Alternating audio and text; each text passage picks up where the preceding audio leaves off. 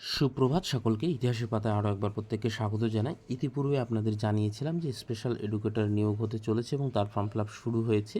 তারই যে recruitment rule সহ নোটিফিকেশন, সেটা কিন্তু অফিসিয়াল ওয়েবসাইটে এসছে।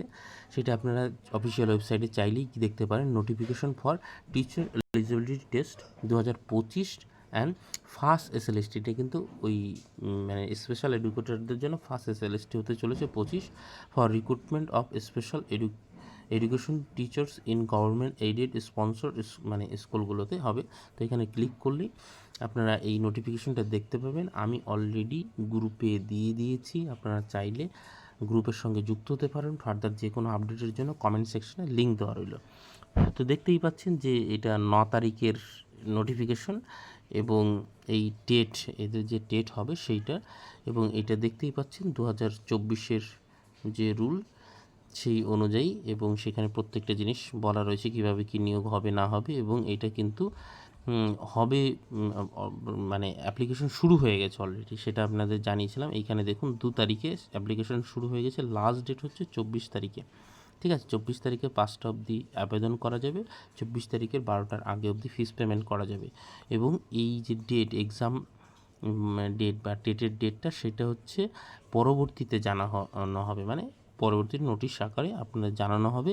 এবং এখানে বলা আছে অ্যাটলিস্ট 7 দিন আগে আপনাকে জানানো হবে। মানে আপনি এমন না যে আজকে বলে কালকে পরীক্ষা নেবে, সেমনটা নয়। অ্যাডমিট আপনাকে অন্তত 7 দিন আগে দেওয়া হবে, সেটা বলা হয়েছে। এবং এইখানে কত টাকা লাগবে সেইটা এখানে জানেন, জেনারেল এবং ওবিসিদের 500 টাকা এবং এসসি এসটি এসিদের 200 টাকা। বেশ, আর ওএমআর বেস পরীক্ষা হবে এবং 4টে অপশন থাকবে এবং একটা করে মার্কসে যেরকম হয় আর কি। আর কোশ্চেন পেপার বাংলা ইংলিশ দুটোতেই হবে, এখানে বলা রয়েছে।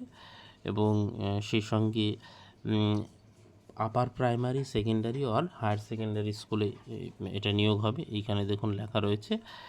এবং এই ডেটের বিষয়গুলো, যাবতীয় ইনফরমেশনগুলো রয়েছে, কত টাইম ক্যান্ডিডেট ডাকা হবে না হবে, প্রত্যেকটা বিষয় এখানে কিন্তু রিক্রুটমেন্ট রুলে লেখা রয়েছে। এইবার যেটা আসি সেটা হচ্ছে, অনেকেই জিজ্ঞাসা করেন যে সাধারণ বিএড কি বসতে পারবেন। এইখানে দেখুন এলিজিবিলিটি ক্রাইটেরিয়াতে কি লেখা রয়েছে, এইখানে দেখুন 6 নম্বর পেজে।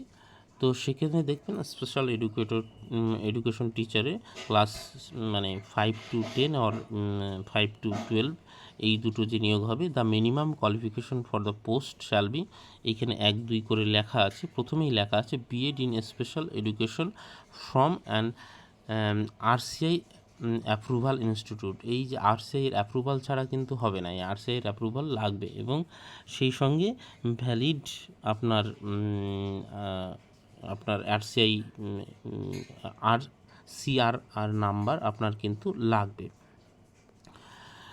আর আপনার বিএড উইথ রেকগনাইজ কোয়ালিফিকেশন, আর এইটাও কিন্তু আরসিআইয়েরই অ্যাপ্রুভাল লাগবে। তো এইগুলোর ভাগ রয়েছে, আমি যে একদম প্রপারলি সবগুলো জানি তা নয়। এইবার সেক্ষেত্রে আপনারা দেখে নেবেন যে আপনাদের আরসিআইয়ের অ্যাপ্রুভাল রয়েছে কি না। এবং সেই সঙ্গে এই 6 মান্থ ট্রেনিংয়ের কথা এখানে বলা রয়েছে, যে আপনি ডিসেবিলিটিস যে সমস্ত মানে ইনস্টিটিউট রয়েছে বা এরিয়া রয়েছে, সেখানে গিয়ে 6 মাসের ট্রেনিং করতে হয় বিশেষ চাহিদা সম্পন্ন যারা শিশু রয়েছে তাদের সঙ্গে। এইখানে দেখুন বিএড এবং ডিএড যারা করেছেন স্পেশাল এডুকেশনে, তারাও কিন্তু এখানে এলিজেবল। ঠিক আছে, এবং সেই সঙ্গে এজ লিমিট কত দেওয়া হয়েছে, এখানে দেওয়া হয়েছে যে 21 থেকে 40 বছর অবধি। এবং সেইটা হবে first day of January of the year of the advertisement. অর্থাৎ যে বছর, আজকে এবছর ধরো অ্যাডভার্টাইজমেন্টটা বেরিয়েছে, তাহলে এবছর 1 জানুয়ারিতে আপনাকে কিন্তু মানে হিসাব করতে হবে যে আপনার 21 থেকে 40 বছরের মধ্যে হচ্ছে কিনা। আর বাকি সমস্ত ইনফরমেশন রয়েছে, আমি গ্রুপে দিয়ে দিলাম, আপনারা চাইলে সেটা দেখে নিতে পারেন। আপাতত সকলকে অসংখ্য ধন্যবাদ, এবং আপনার পরিচিত কেউ থাকলে সেটা তাদের সঙ্গে শেয়ার করতে পারেন। কমেন্ট সেকশনে লিঙ্ক দেওয়া রইল। আপাতত ধন্যবাদ।